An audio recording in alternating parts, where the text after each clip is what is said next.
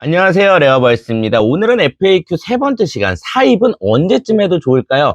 대부분 위탁 판매로 진입하신 많은 분들이 물어보셨던 질문입니다. 사입은 원래 장사 처음부터 하는 거예요. 미디어의 발달로 이 위탁 판매라는 것이 생긴 것 뿐입니다. 오늘 드리는 내용은 영상이 조금 길어져도 위탁 사입부터 생산까지 하나씩 다 말씀드릴 거라 빠짐없이 들으시면 가져가는 거 많으실 거예요.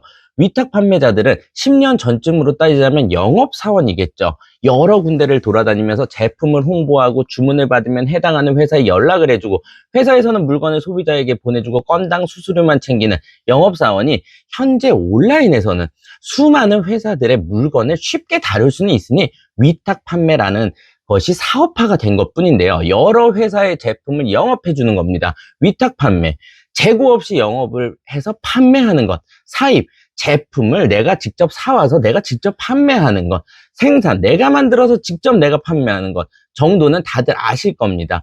실제로 제가 운영하던 회사도 초창기에 자리 잡을 때는 건물에 허락을 받고 무선 마이크가 한창 나왔을 때 왜 있잖아요. 그 블루투스 마이크요. 그거 하나 사입을 해서 건물 1층 밖에 유동인구가 많길래 접이식 테이블 하나 들고 건물 앞으로 내려가서 한 5만 원 정도인가 POP랑 테이블 텐트 하나씩 제작해서 많은 사람들에게 마이크를 직접 만져보게도 하고 성능도 테스트 시켜주면서 그 자리에서 주문을 받아서 저희 링크로 직접 결제를 받고 업체에다가 주문을 하고, 때로는 온라인에 많이 이미 깔려있는 스카프를 동대문 쪽이나 뭐 동네 세탁소에 부탁하면 저희 라벨을 조금씩 이렇게 붙여주세요. 팝업 스토어를 다니면서 진행도 많이 했었죠. 현장에서 내 페이지로 주문을 직접 받고 업체에 주문을 넣고, 요즘도 이게 훨씬 잘 팔릴 때가 있어요. 팔고자 하는 상품을 딱 찍어서 페이지 열고 초기 트래픽을 모으는데 최고죠. 그러나 현실은 집에서만, 방구석에서만, 내 사무실 안에서만 돈을 버는 것만을 원하고, 돈도 뭔가 10만 원 정도 또 안 쓰고 투자를 안 해야만 잘 파는 것 같은 느낌이 괜히 들고, 그렇게 해야만 현재 무자본 사업 디지털 노마드 시대에 부합하는 것 같으니 저도 그런 방향으로만 정보를 드려야 제 영상들을 보시겠죠. 사업을 하는 건데 조금씩 1, 20만 원이라도 투자해서 하는 게 마인드부터가 달라지니 드린 얘기고요. 투자하실 분들은 응용을 해서 들어주시면 좋을 것 같습니다. 너무 미디어 판에만 갇혀 있지 말고 머릿속에 생각을 닫고 있지 말라는 거였습니다. 장사에는 답이 없듯 사입을 언제 하고 언제 안 하고 정답이 없어요. 그런데 그래도 언제쯤 해도 좋냐? 레어벌스는 시대가 바뀌었는데 무슨 자꾸 장사에 돈을 쓰래? 위탁, 사입, 생산, 이 모든 질문이 리스크를 얘기하시는 것 같아요. 위탁으로 판매만 한다고 마진이 적을까요? 아니죠. 충분히 상세 페이지를 새로 만들고 포지션 세팅하고 근거 있게 상품을 픽한다면, 기획을 갖춘다면 충분한 마진을 붙일 수 있겠습니다. 대량 등록, 닭등 뭐 이런 거 리어카 장사하는 거 말고요. 반대로 사입을 한다고 마진이 꼭 높을까요? 절대 아니겠죠. 그것도 누군가가 똑같이 파는 상품일 겁니다. 당연히 생산을 고집한다고 해서 다 돈을 버는 게 절대 아니고요. 재고 부담이 있는데 말이죠.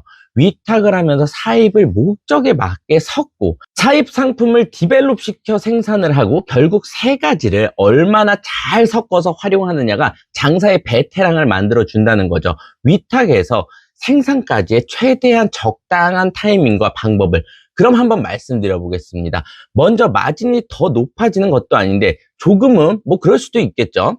택배 값에 백마진을 본다던가, 조금 업체에 할인을 받는다던가, 몇 개씩 사입해서는 DC도 잘 도매 업체에서 잘 안 해줘요. 마진이 좋아서 사입을 한다, 뭐 이런 얘기들을 하는 사람들은 진짜 장사 개념을 1도 모르거나 그냥 잠깐 해본 거예요. 그럼 사입을 하려는 의도는 뭘까요? 위탁으로 잘 팔다가 사입을 왜 하시려고 하는 걸까요? 가장 중요한 건 내가 장사를 하는 데 있어서 내 사업을 내가 직접 제어하고 통제를 하기 위해서입니다.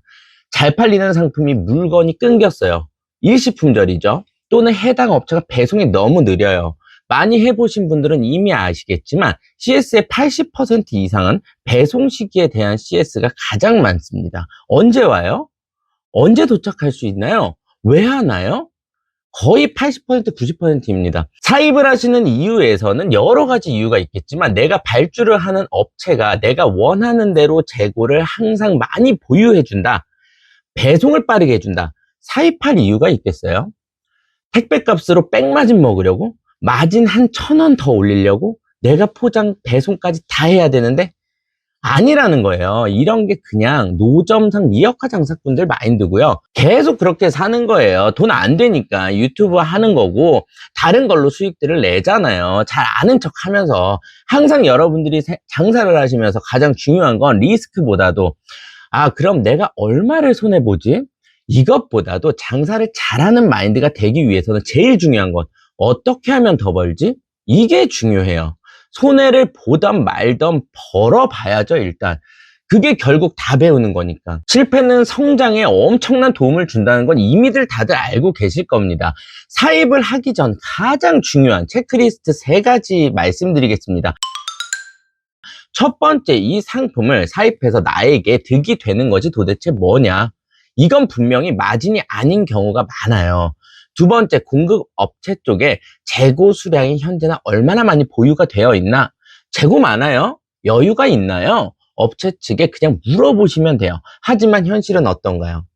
저도 제가 직접 공급하는 것들도 그냥 보통들 다 많다고 해요. 그래야 밀어서 우리 거, 내 거 팔아주니까. 다들 도매들도 비슷비슷합니다. 그러다 품절이 되면요. 갑자기 대량 주문이 와서 너무 죄송합니다.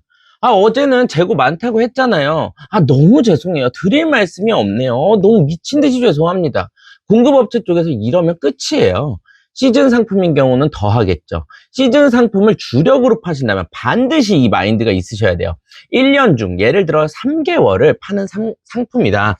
이 3개월을 얼마만큼을 파느냐 못 파느냐가 나한테만큼은 너무 크게 다가와야 돼요. 저 같은 경우 만약 3개월 정도 팔 시즌성 제품이다 라고 한다면 앞뒤 다 자르고 많이 팔릴 시기는 그 중에서도 2개월 60일 곱하기 24시간 1440시간 시간 단위로 머릿속에 계산을 이미 바꿔야 되는 거죠. 아니, 시즌 돌입 전부터 이 상품 하나에 미쳐 있어야 되는 거예요. 24시간이 지났네? 8시간이 이제 몇 시간 안 남았네 하면서 말이죠. 이 정도인데 공급업체에서 제품이 끊겼다? 내가 내 사업을 제어를 못하게 되는 거잖아요. 이러면 장사가 지속이 안 됩니다. 다시 돌아가서 상품 사입 전 체크리스트. 나한테 어떤 이득이 되느냐 첫 번째. 공급업체의 현재 재고 보유량은 얼마나 여유가 있느냐. 그리고 세 번째. 재고가 많은 건 알겠는데 그 상품이 잠깐 끊긴다면, 그러니까 일시 품절이 난다면 델리가 어떻게 되느냐. 리드 타임을 말하는 거겠죠. 생산 기간을 반드시 체크해 두는 것이 가장 중요합니다.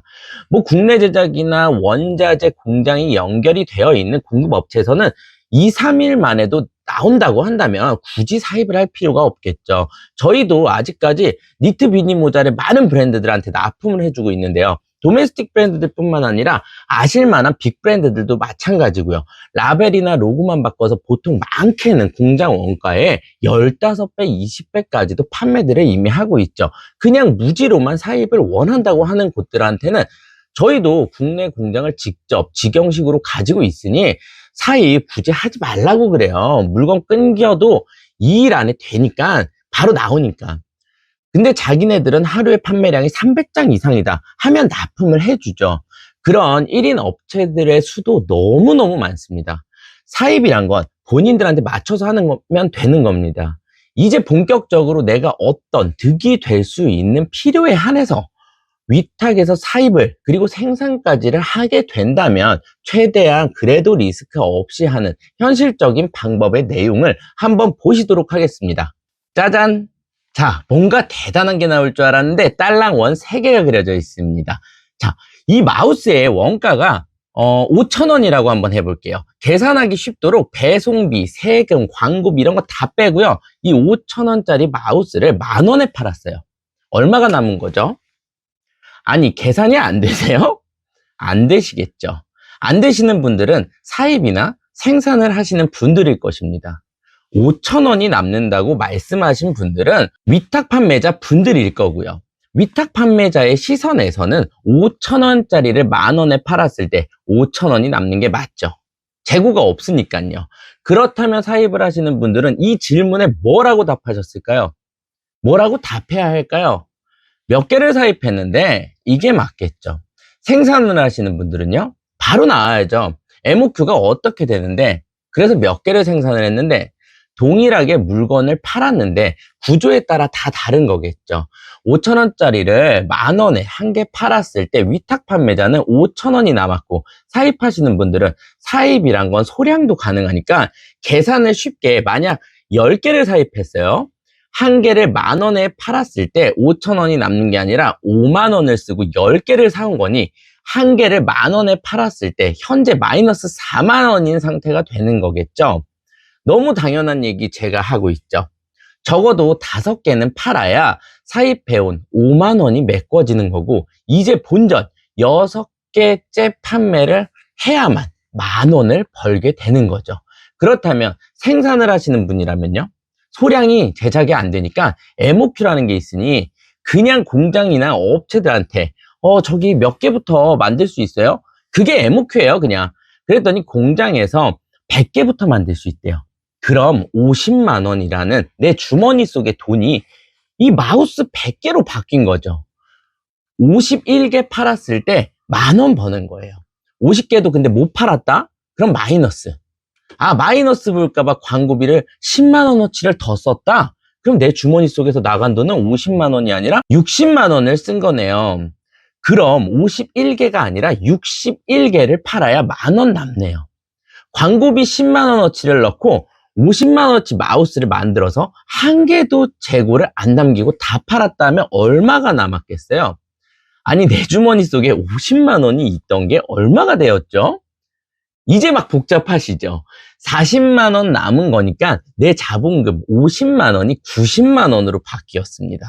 여기에 내 시간의 인건비를 빼고 해도 꽤 남네요. 그런데 세일도 안 하고 재고도 없이 다 파는 경우가 드물죠. 마진도 현재 2배로 가정을 했을 때 얘기니까요. 중간에 뭐 광고비를 올릴 수도 있고 사입을 더 할 수도 있겠죠. 이게 BEP, 바로 장사 사업의 기본 중에 기본, 무조건 아셔야 되는 기본 손익분기점입니다. 누구나 아는데도 이것 때문에 다 망해요. 그 얘기는 잠시 뒤에 바로 말씀드릴게요. 이것만 알면 언제 사입을 해야 하고 언제 생산을 해야 하고 다 알 수 있는 겁니다. 손익분기점에 관한 얘기는 제가 전에 올렸었던 영상에서도 한번 확인하실 수가 있을 것 같고요. 간단히 말해, 사업을 하면서 내 주머니에서 나간 내 돈이 그만큼 나에게로 다시 돌아와 본전 상태가 되었을 때를 손익분기점이라고 이해하시면 됩니다. 이건 더 작게 봤을 때 그냥 쉽게 말해 상품 하나당의 손익분기점을 말씀드리고 있는 거예요. 그럼 다시 한번 가볼게요. 이번에는 이 마우스 패드로 한번 해볼게요. 원가가 4,000원이에요. 내가 6,000원에 팔아요. 2,000원이 남았네요. 이것도 역시나 세금 및 부가적인 비용 다 뺀 거예요. 이틀 동안 20개가 나갔다고 해볼게요. 이 마우스패드가 20개가 나갔어요. 나름 반응이 오네요. 전화를 한번 해봐야죠. 더 밀어보면 더 많이 나갈 것 같은데요. 업체에서 재고량도 좀 있다네요. 조금은 못 믿겠어요. 임시품절 시에는 생산 시기가 얼마나 걸리냐고 물어봤더니 아니나 다를까 물건이 끊기면 3주나 걸린다는 거예요. 시즌성 상품이 아닌 게 다행인 거네요. 그래도 난 뭔가 좀 불안해. 리스크 없이 어떻게 해볼까요? 이제는 계산이 조금 되실까요? 위탁으로 지금까지 20개를 팔았네요. 2,000원 마진 곱하기 20개를 했더니 4만 원을 벌었어요. 그렇다면 2만 원만 세이브 한번 해볼까요? 그런데 원가가 4,000원이니까 5개를 사입하면 5 곱하기 4는 20. 2만 원은 이미 벌었고 2만 원어치 5개를 사입을 했어요. 그리고 내 손에 온 5개까지 또 2,000원의 마진을 보면서 6,000원에 다 팔았습니다. 그렇다면 난 얼마를 번게 된 거죠? 2,000원 곱하기 5, 10,000원이 아니고 나의 시드머니는 0이었잖아요. 6,000원 곱하기 5개, 3만 원. 그 전에 2만 원 세이브 해뒀잖아요. 그럼 총 5만 원을 현재 벌게 된 거죠. 그럼 또 몇 개를 사입해 볼까요? 그런데 그렇게 잘 나가는 것 같지는 않고 조금은 애매해. 반응 한번 더 볼래 했어요. 5만 원 중 3만 원 세이브를 하고 또다시 2만 원어치를 사입해 볼 수 있겠죠. 그럼 다 팔면 6만 원이 되었네요. 이번에는 나가는 속도가 더 올라가는 것 같아요. 6만 원 다 투자하기로 했어요. 6만 원 나누기 4천 원, 이번에는 15개 사왔어요. 상품 이익으로만 본다면 난 현재 15개를 그냥 번 거예요. 근데 또 다 팔았다. 무자본에서 총 9만 원을 벌었습니다. 물론 노동력이나 세금 등 부가적인 지출까지 넣으면 이걸 영업이익이라고 하는 건데요. 개념만 짚고 넘어가게 그 부분을 일단 빼자고요. 돈은 하나도 못 벌은 거죠. 15개의 상품만 벌었습니다. 다 투자를 했으니까요. 그런데 누군가 나보다 갑자기 싸게 팔아. 15개 더 사입했는데 난 현재 벌은 것도 없이 본전인데 남은 건 이 마우스패드 15개가 생겼네요. 이런 경우는 장사를 오래 하다 보면 너무 당연한 일이에요. 얼마만큼 마케팅이 되어 있고 브랜딩이 되어 있느냐가 내 장사를 방어할 수 있겠습니다. 하지만 방어할 수가 없다 한다면 신속하게 공격이 들어온 상대의 가격 아래로 물건을 쳐내고, 그래도 나는 남는 장사하는 거니까 나는 새로운 제품을 미리 준비하고 있다가 또다시 쳐나가야 됩니다. 또는 사입해둔 15개의 제품을 활용해서 가격을 일시적으로 원가 이하로 하락시키는 모습을 보여주면서 상대에게 다시 위협을 가해주고 이 상품을 못 팔게 하도록 한 뒤 다시 정상가를 잡던가. 장사에는 정답이 없는 거죠. 전략과 전술, 그리고 가장 중요한 방어, 이걸 능숙하게 대비하려면 이러한 손익분기점에 대한 개념을 반드시 이해하시면 큰 도움이 되실 겁니다. 그러다 보면 기본적으로 나의 판매가 되는 캐파가 정해지면서 생산의 캐파가 잡히게 되는 거죠. 충분히 51개는 팔려 나는. 그러면 100개를 만들면 된다는 겁니다. 이걸 전체 상품으로 보고 더 확장해서 전체 사업으로 봤을 때 누가 가장 손익분기점의 위치를 잘 잡고 그걸 잘 끌어당기고 밀어주고 할 때, 공격을 당했을 때나 내 판단이 잘못되었을 때 매몰 비용을 최소화시키느냐가 사업을 잘하는 사람이냐 못하는 사람이냐의 확실한 차이가 될 것입니다. 빠른 판단에 따른 매몰 비용의 최소화. 여기서 매몰 비용이라 하면 내가 공을 들인 노력이든 돈이든 나의 의사결정이 잘못됨을 인지를 내가 했을 때 빠르게 판단하여 정확하게 선택을 끌고 나가는 거예요. 이렇게 장사란 것은 알면 알수록 재미있고, 재밌게 하기 위해서는 나의 환경을 만들어주는 것이 가장 유리하겠습니다. 내가 재미를 볼 수 있는 최적의 환경을요. 사입이라는 것은 내 장사를 더 돈 벌게 해주는 것이 아니라 내 사업을 조금이라도 내가 직접 제어하고 통제할 수 있게끔 하는 것이고, 생산이라는 것이 오히려 원가 절감에 따른 마진 상승과 제어, 통제, 플러스 경쟁력까지 강화하는 거죠. 그러나 나의 역량이 되지 않는 상태에서 돈만 벌려고 욕심에 차서 기회를 잡아보겠다고 순간적으로 생산을 한다면 분명 망할 수밖에 없는 거죠. 뭐 이것이 이상의 큰 공부는 될 수도 있겠지만요. 장사의 이 구도를 너무 모른다면 자꾸 뭐 하나 믿고 돈 땡겨서 제품부터 만들려고 하고 브랜드 만들려고 하고 잘 될 수가 없는 거예요. 그렇게 되면 기초도 못 쌓아요. 상황이 급해졌는데 기초가 보이겠어요? 계속 낭떠러지지. 상황이 난 급한데 기초가 안 보이는 거예요. 냉정한 판단을 해야 된다는 거죠. 반대로 저도 공장을 운영하거나 도매를 오래 해보고 개인 셀러들이나 브랜드들을 많이 만나다 보면 이런 사람들이 있어요. 장사 잘 되는 척하면서 우린 재고 하나도 없는데 이런 거 치고 돈 제대로 버는 곳을 못 봤어요. 팔 때 못 파는 거니까. 때를 계속 놓치면서 공장만 쪼개 되고 업체만 쪼개 되는 거예요. 자기가 쫄보니까. 왜 쫄보냐? 내 사업체에 제대로 내가 확신이 없어서 그만큼 고객도 직접 안 모아뒀으니까 그런 거예요. 브랜딩과 마케팅은 장사의 1순위입니다. 내용을 한번 정리해 보겠습니다. 위탁 판매에서 사입 그리고 생산 적당하게 다 섞어야 완벽한 장사를 할 수가 있습니다. 단 기초가 단단해야 가능하다는 겁니다. 손익분기점, BEP를 하나하나씩 어떻게 다 계산을 하느냐. 장사를 하면서 현실적으로는 이건 불가능하다. 그럼 너가 가능할 정도의 상품수로 제발 좀 다뤄라. 계산이 혹시나 안 되더라도 이 당연한 얘기를 알고 장사를 하는 거랑 이 뻔한 내용이니 이걸 방관하고 장사를 하다 보면 어느 순간에 망이 있습니다.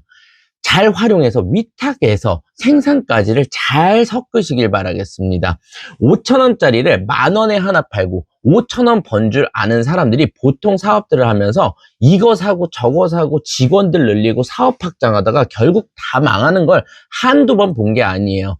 이런 사람들이 항상 하는 얘기가 있어요. 개같이 팔아도 남는 게 하나도 없어. 정말 개같이 파신 겁니다. 위탁 판매 상품을 어떻게 하면 내가 생산한 상품처럼 팔까를 계속 고민을 하여 답을 한번 찾아보세요. 제가 드리는 리스크 없이 이커머스 시장에서의 성공의 핵심 멘트입니다. 다음 시간에는 FAQ 네 번째 잘 팔리는 상품 고르는 방법의 내용으로 인사드리도록 하겠습니다. 긴 내용 끝까지 시청해 주셔서 감사드립니다. 지금까지 레어벌스였습니다. 감사합니다.